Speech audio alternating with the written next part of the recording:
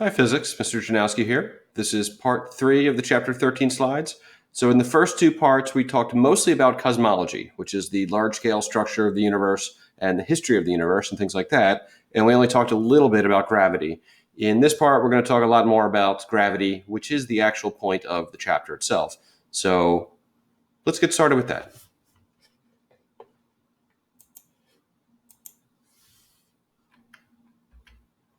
So what are the two main pieces of evidence that we have for the Big Bang? Well, the first one is the expansion of the universe. Hubble came up with that one, or Hubble got the evidence for that one. And the second one is the CMB, the cosmic microwave background, that's the bird poop thing. So that's Penzias and Wilson made the discovery that really kind of clinched it for the Big Bang. And yeah, I'll just leave it at that. Second question. Astronomers in the 1990s expected to find that the universe was either recollapsing into what would be a big crunch eventually, or it was critical or coasting. Critical or coasting would both mean that the universe would just kind of expand forever. If it were critical, it would do so at the slowest possible rate. If it were coasting, it would do it faster than at the slowest possible rate. So those were the three possibilities they were considering. And what did they find instead? They found that the expansion of the universe is actually accelerating. So not only is everything moving apart, it's moving apart faster than it was in the past. And that was very, very surprising. Yeah, that's fairly new information to know about, our universe. And that's very big information. And we've only known that since the 1990s. Since, I want to say like 97 or 98. I'm pretty sure it was when I was in college that they found this for the first time. And anyhow, what is it that causes the universe to expand at an ever-accelerating rate? Dark energy. So remember this little pie chart here. It turns out that atoms, so the regular matter, the kind of thing you can find on the periodic table of the elements, that's less than 5% of what's in the universe.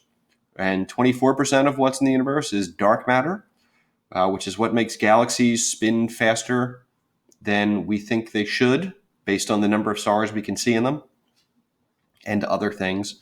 But that's the main thing. That's how we've known about dark matter. And we've known about dark matter for a while, too. And the majority of, the mass energy in the universe, because E equals mc squared and mass and energy are actually the same thing, not to ruin the end for you, is dark energy, 71.4%. So dark matter and dark energy, we call them dark because we don't know what they are. They don't seem to be related, so don't let the names lead you to believe that they go hand in hand. But on the other hand, we know so very little about either of them that maybe they are related. Who knows? So, once again, we begin chapter 13, Universal Gravitation. So here is this formula. We saw this the last time. This is basically your law of universal gravitation. It's a mathematical relationship between things that you can use to make predictions. It's a law. So this says F sub G, and that's F sub big G, is equal to big G times M1 times M2 divided by D squared, where big G is the gravitational constant. This is some number that's true everywhere in the universe, always, as far as we can tell. That would be a big cosmological issue if the constants were changing and weren't actually constant. It's that number. M1 and M2 are the masses that you're trying to find the force of gravity between. And D squared is the distance between those two objects in units of meters squared. So the things to highlight about this is big G is actually a very small number. 6.67 times 10 to the minus 11. Well, it's the times 10 to the minus 11 that makes it a very small number. So this is why gravity is such a weak force. If that were some different number, if it were a much bigger number, then gravity would be much stronger, and the universe would work very differently than how it does. And the other thing is gravity is inversely proportional to the distance between the objects squared. So we call this an inverse square law. And in physics, we love inverse square laws. These come up a lot. If you're talking about how bright things seem at different distances, that's inverse square laws. Sound works by inverse square laws. Electromagnetic forces work by inverse square laws. So we love these. And the big thing to understand about an inverse square law is, force of gravity is inversely proportional to D squared. So the fact that it's inversely proportional means that if D starts to get big, then the force of gravity between the objects starts to get small. And the fact that d is squared and in the denominator means that once d starts getting big, then gravity starts getting really, really small. So as soon as objects start getting kind of far apart, the force of gravity between them drops to a very small number, but never actually zero. Doesn't matter how big you make this number never actually drops to zero, which is what makes this such a one with everything kind of idea. That means that every single object in the universe that has mass is pulling on every other object in the universe that has mass. So take two objects. I mean, it could be you and your neighbor, it could be you and the moon, could be you and the stars you see at night. If you were to take the masses of those two things, plug them into this formula, and divide it by the distance between them squared, you would get a number that's greater than zero. So every single object in the universe is pulling on every other object. So this is a very big, poetic, one with everything kind of idea. So yes, we really are all connected in this way. So let's use this to figure out, to get a sense of scale, an example of this. So we're going to use the law of universal gravitation to figure out the force of gravitational attraction between you and me. So I know we are doing remote learning and social distancing right now, so the distance involved is going to be fairly big. But let's imagine that we were back in the classroom, either in room 321 for most of the physics students, but also for 319 if you're in section 2AC, high 2AC. So yeah, to do this, what we're going to need is the value for big G, okay? We're going to need my mass in kilograms, which is about 86.4 kilograms. I Googled it. That's about what my mass is. We're going to need your mass too. So to do this, we being Americans, we don't really know our mass in kilograms, but we tend to know our weight in pounds. So to get a rough idea of your mass in kilograms, take your weight in pounds and divide that number by 2.2. And if you want to make it easy on yourself, just take your weight in pounds and divide that number by 2. It'll get you close enough for what we're doing. And now we need d squared, the separation of the objects in meters squared. So imagine that we were back in room 321 and, I'm up there at the front of the room and you're sitting in your seat. Well, if you're in the front row, you might just be a meter away from me, or maybe 2 meters if you're, in the front row in the end. If you're all the way in the back corner of the room, you might be 4 meters or 5 meters away. The rooms aren't that big. So we're going to figure out the force of gravitational attraction between you and me. And also, how does this force, this gravitational attraction, compare to your weight? So the first part, what is the gravitational attraction between you and Mr. Janowski? So to do this, I took the numbers that we knew, and I imagined that your mass is about 60 kilograms, and I imagined that you were about 2.5 meters away. So those were the numbers I used. I plugged them into here. I did my order of operations carefully in the calculator, and I came up with a very small number. 5.53 times 10 to the minus 8 newtons. So yeah, we use scientific notation to do either the really big or the really small numbers. So that's a very small force. So now we're going to compare this force to your weight, which is the other force due to gravity that you're dealing with. So what's the formula for weight? The formula for weight, which is F sub little g, is equal to mg. So I took what I imagined your mass to be, 60 kilograms, multiplied it by little g, 9.8 meters per second squared, and I came up with 588 newtons. So now we have to compare them. So what does it mean to compare them? We have to do a ratio. So I did F sub big G divided by F sub little g is equal to, I put the numbers in, I did the work in the calculator, and I got F sub big G over F sub little g is equal to 9.41 times 10 to the minus 11th. So that's one way to state your answer. The other way to state it is down here. So I purposely took this out of scientific notation just to emphasize how small this force is. So F sub big G is equal to 0.0000000000941 times your weight. So it is a very, very tiny force. And in cases like this, it's probably too small to measure with even our best instruments. But it's still there. So this is why this is not a very obvious thing, that everything in the universe is pulling on every other thing, because For regular sized masses, the forces you're dealing with are usually too tiny. For them to be, considerable, for one of them to, for the force to be something like 588 newtons, which is, your weight, if your mass is 60 kilograms and you're standing on Earth, one of the masses involved needs to be gigantic. It needs to be the Earth. If you're dealing with two ordinary sized objects, the mass between them, the force between them due to gravity is going to be really, really tiny, which is why, we overlook this until, we, the species of humans, overlook this until Newton. So if you're using this formula, something important to point out, this works when you're treating your object as point masses. So what does it mean to be point masses? It means, any real object you think of, so think of a brick. The brick has, size in all three spatial dimensions. It's going in every direction. But to use it in this formula, we have to just pretend that all of that mass is located at one little tiny point. So this formula is meant to work with point masses. Now, this brings us to a problem in that planets aren't points. Planets don't have all of their mass located in one little tiny point. They're big spheres. They've got their mass spread out over, a large volume. So what's going on here is we're going to try to compare the mass of M1 to M2, where M1 is tiny, so small enough we could treat this one as a point mass. But M2 is a planet. So again, a planet, 3 dimensions, it's got its mass all over the place. So in order to do this, what you would need to do is break M2 up into an infinite number of infinitely small points. And each of those infinitely small points each has an infinitely small mass. And then you would have to figure out the force of gravity between M1 and all of those infinitely small little point masses. And then you would have to add them all up together. And you would have to add them up like vectors because, force due to gravity is a vector, which means, if you're going straight down, that would be straight down.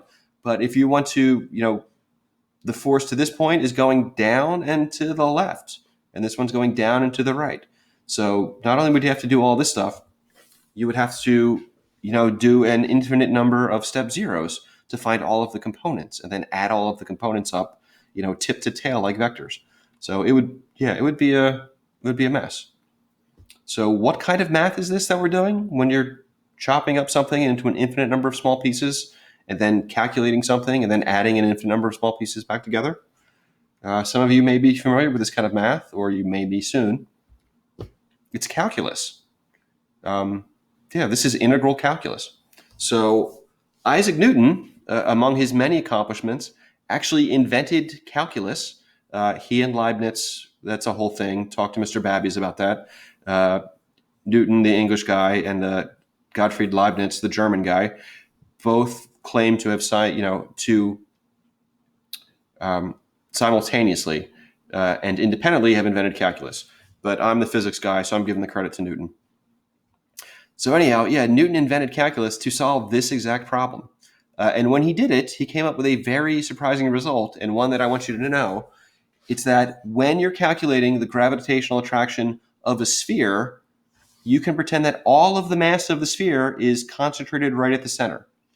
And not only is this approximately correct for a sphere, this is actually exactly correct, which really simplifies things. It makes it very, very nice.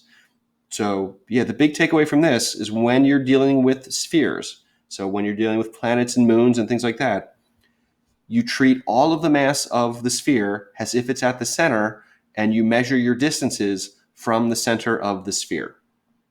So a wonderful, very useful result that Newton came up with. He was very surprised when he came up with that result, and he assumed he had done something wrong. He had just invented calculus to do this, but it actually turns out it's true. If you have a sphere and your mass is spherically distributed, forget it. It gets complicated. You just pretend all of the mass is concentrated at the center, and you measure your distances from the center of the sphere. So, mini review. What is our formula for F sub big G? Yep, it's this one. And what is our formula for F sub little g? It's F sub G is equal to mg. where little g is 9.8 meters per second squared, at least if you're on the surface of the Earth. So perhaps it's bothering you. Why do we have two different formulas for gravitational force? Are there situations where you have to use one and you don't use the other one? Does gravity work one way if you're on Earth, and does it work a different way if you're somewhere else? That would be silly. So we're going to see. So what we're going to do is, if you take a small mass, m, so we can treat this like a point mass, and we're going to put it on a planet with a mass of big M. So we do this sometimes. If you're dealing with a small mass and a big mass, well, instead of writing M1 and M2, just make the small mass lowercase m and the big mass capital M. And we're going to put this on the surface of a planet of radius big R. So sometimes we use big R if it's the radius of a planet. So yeah, you plug that into your formula for universal gravitation and you get this. So where do we go from here? Well, the most important thing you will learn in physics all year is Newton's second law, which you better remember. That is F equals ma. So let's start with that. So F equals ma. Well, the F in this case is the force due to F sub big G. It's universal gravitation, which we're going to write as this. So big G, little m, big M over R squared. So this is equal to little m times a. So notice we can just cancel out the m's, the little m's, and we're left with this. Big G times big M over R squared is equal to a. So I'm going to flip left and right, and I'm going to rewrite little a as little g, which we've been doing all year. We treat the acceleration due to gravity as little g, and you get this expression. Little g is equal to big G times big M over R squared. So we've been calling this acceleration due to gravity. You can also call this the local gravity. So contrasted with universal gravity, the big formula that's true for two masses anywhere in the universe. The local gravity gives you the acceleration due to gravity if you're on the surface of a planet of mass m and radius r. So if we take that expression and we plug in our value for big G, and we plug in the value for the mass of the Earth, and we plug in the value for the radius of the Earth in the denominator, and we square it, you end up with little g is equal to 9.78 meters per second squared. So aside from a little bit of rounding, yeah, we got 9.8 meters per second squared, which is the number we've been using all year. So those two expressions aren't actually different. This one and our value for g, it's just a special case, kind of doing that one. Because it's universal gravitation. It's not gravitation works like this over here and it works differently over there. It's universal gravitation. It's everywhere in the universe. One with everything. So what is F sub big G for a 10 kilogram mass on the surface of the Earth? How fast would that mass accelerate if you picked it up and dropped it? Okay, so here are our numbers that we're going to work with. Here's our formula for universal gravitation. So plug in all those numbers and you're going to get force due to gravity, F sub big G, is 98.1 newtons. So how fast would that mass accelerate if you picked it up and dropped it? Well, F equals ma. That must mean a is equal to F over m. So plug in the value we just figured out for F, and our mass is 10 kilograms, and you're going to get 9.81 meters per second squared. So again, a little bit of rounding, but yeah, 9.8 meters per second squared. You get our value for little g. How wonderful. So, The Martian. If you haven't seen it, I highly recommend it. It's not a perfect movie. They don't get all the science right, but they get a lot of it right. And it's a very good story. And, now that I think of it, a lot of us can probably relate to it in this time of social distancing and how difficult that must have been for astronaut Matt Damon. So anyhow, what is the local gravity on Mars, which has a mass of that number, which is smaller than the mass of the Earth, and a radius of that number, which is smaller than the radius of the Earth? So how does that compare to little g on Earth? And there's your value for big G. So you take the formula, you plug in the things, and you get 3.71 meters per second squared, which is, you may notice, smaller than little g on Earth, 9.8 meters per second squared. So it's only 0.379 times as much, which means the acceleration due to gravity on Mars is only 37.9% of the acceleration due to gravity on Earth. So things would fall much slower on Mars. If you picked up, a rock on Mars and you dropped it, it would fall down to the surface, but it would not accelerate as quickly. It would seem to go kind of in slow motion. So real quick, I'm worried this video is getting long. In the movie, they didn't account for this. They're well aware that this is true, that little g on Mars is much smaller than little g on Earth. But in order to incorporate that in the movie, it would have turned every single shot into a really complicated special effects shot. So if Matt Damon's walking around, they would have needed to do something to make him kind of walk and bounce a little slower, basically. And everything he picked up or put down, it would have to seem like it was going slower. Anything that he dropped, at least, it would have to seem like it's going slower. So they didn't do that because that would just kind of interfered with his ability to, act in the movie and really increase the budget. But yeah, if you're on Mars and you drop something, it wouldn't accelerate to the surface nearly as quickly as it does when you drop it on Earth. So, what would be the value of little g if the Earth were 5 times as massive and had twice the radius? So how can we do this problem? So here's our expression for little g. So you plug in the numbers and you get 12.3 meters per second squared. So yeah, if the Earth were more massive, that would tend to increase the acceleration due to gravity. But if it had twice the radius, that would tend to decrease because you would be further away from the center of the Earth. So one thing's increasing it, one thing's decreasing it. Which one wins? Well, in this case, with the numbers I've chosen, the mass wins. So yeah, to do this kind of problem, you could figure out 5 times the mass of the Earth and write down that number separately. And you could figure out 2 times the radius of the Earth and write down that number separately. Or you could do it like this. Now, I also want to point out, I've said this in one of the homework things. When you see this formula, does the big G go on the top or does it go on the side over here to the left? So notice on this slide, I put it over to the left. On this slide, I put it on the top. It's exactly the same thing. Just convince yourself of that. Big G can either be out here. This is really over 1. So this is the same thing as being on the top. And in this slide, it just clearly is on the top. So to review, what is Newton's law of universal gravitation? So it will always be in the footer. You don't actually have to memorize it, but you will memorize it because you'll use it enough.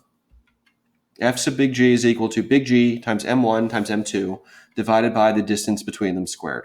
So this is an inverse square law. And what did Newton invent to deal with the fact that planets aren't point masses, but rather have their mass spread throughout a spherical volume? He invented calculus. Clever guy, this Newton. A big takeaway for us is we're not going to have to do any of the calculus, of course. Newton did it for us. If you want to do the calculus, go talk to Babiez. The big takeaway for us is that when you're dealing with spherical distributions of masses, you treat all of the mass as if it were at the center of the sphere, and you measure your distances from the center of the sphere. So that you'll need to do a lot throughout this chapter. And that's it for this part of the slides. So hopefully you're finding this stuff interesting.